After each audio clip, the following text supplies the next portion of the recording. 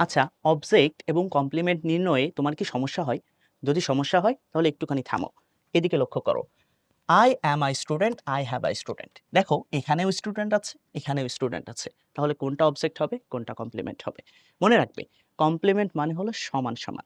যদি এমন হয় সাবজেক্ট এবং ভার্বের পরের ওয়ার্ডটি একই জিনিস হয় বা একই জিনিসকে নির্দেশ করে, সেক্ষেত্রে আমরা ওইটাকে কমপ্লিমেন্ট বলবো।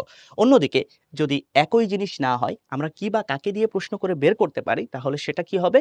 অবজেক্ট হবে। দেখো তো আই অ্যাম আ স্টুডেন্ট, এখানে আই এবং স্টুডেন্ট একই জিনিসকে নির্দেশ করছে কিনা? অফকোর্স, যে আই সেই তো স্টুডেন্ট। তাহলে এটাকে আমরা কমপ্লিমেন্ট বলতে পারি কিনা? অফকোর্স পারি।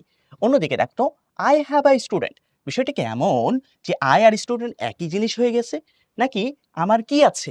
উত্তর হিসেবে পাচ্ছি স্টুডেন্ট আছে। তাহলে এইটা কিন্তু অবজেক্ট, ওপরেরটা কি হবে? কমপ্লিমেন্ট। দেখো তো এটা, হি বিকেম আ পলিটিশিয়ান, কি মনে হচ্ছে কোনটা হবে? এই পলিটিশিয়ান অবজেক্ট হবে নাকি কমপ্লিমেন্ট হবে? এটা তোমার দায়িত্ব। কমেন্ট সেকশনে সঠিক উত্তরটা বলে দাও।